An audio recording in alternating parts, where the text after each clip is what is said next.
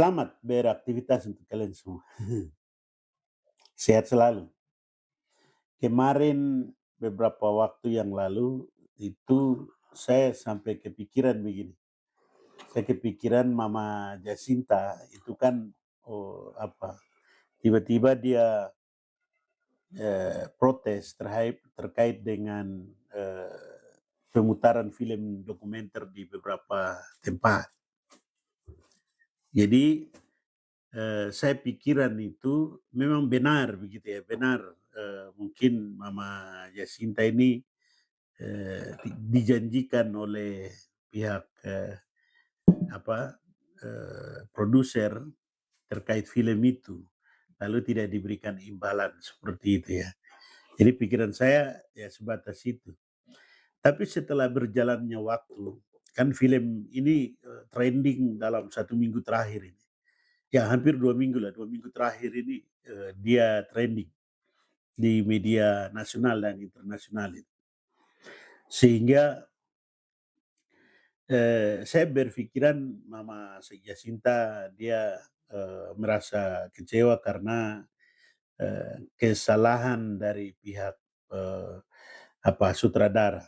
Tapi ternyata melihat berbagai media yang berkembang itu, di mana dijemput menggunakan superjet atau jet pribadi, private jet gitu ya.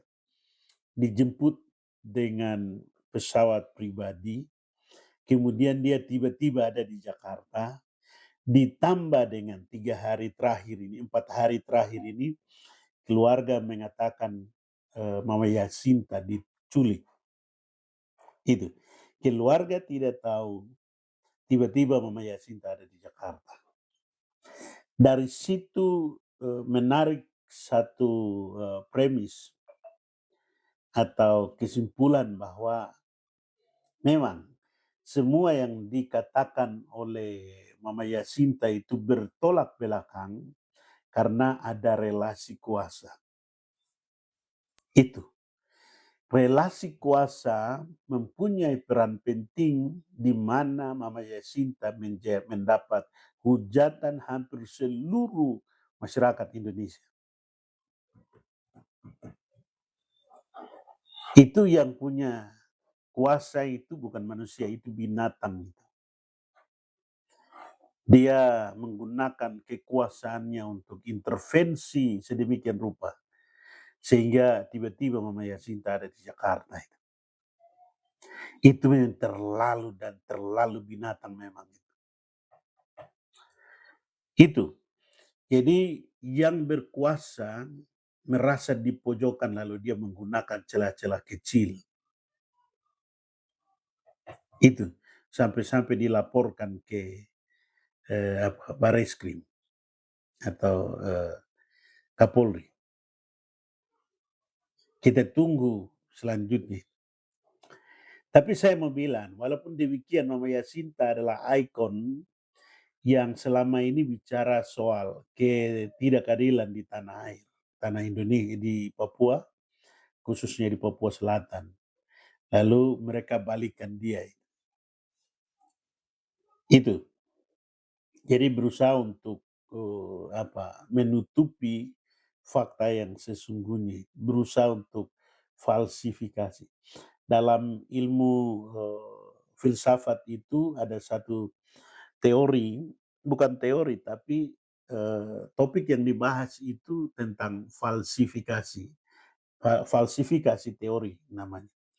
Jadi ketika kita mau membatalkan teori tertentu, maka kita harus melakukan teknik falsifikasi. Berusaha meruntuhkan teori sebelumnya.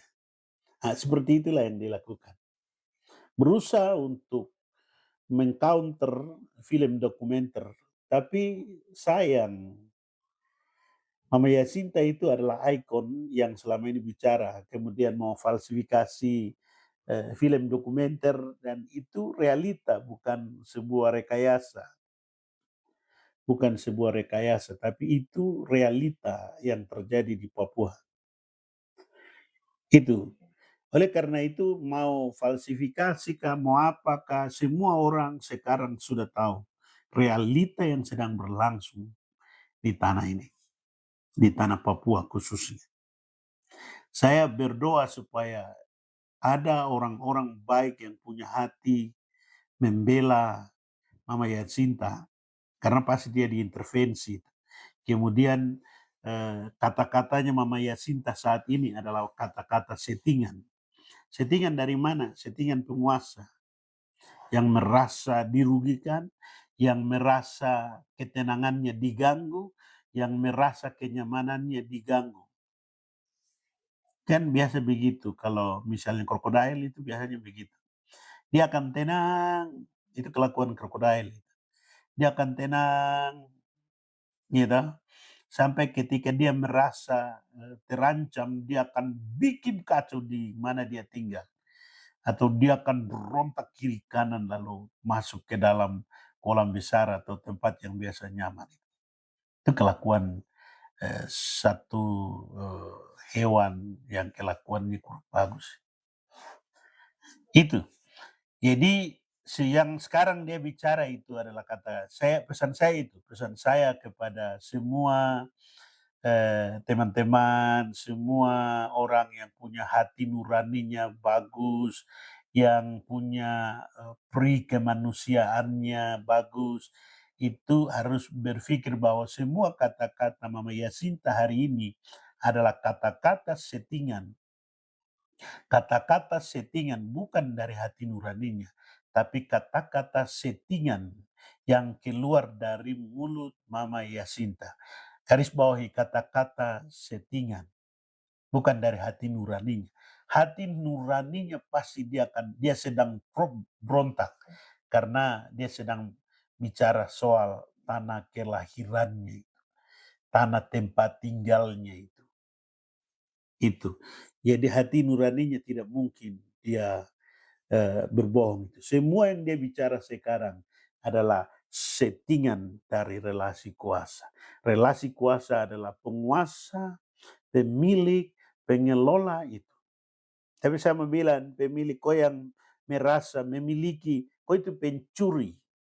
Pencuri, pencuri itu tidak punya tempat di sorga. Kata Alkitab.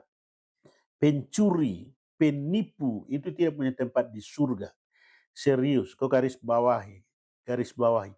Pencuri, penipu, pembohong itu tidak punya tempat di sorga. Paham itu? Hari ini kau tertawa, nanti kau akhirat itu kau akan menderita di neraka itu. Akan menderita di neraka. Jadi sekali lagi kesimpulan saya, kata-kata Mama Yasinta hari ini adalah kata-kata settingan, bukan dari hati nuraninya.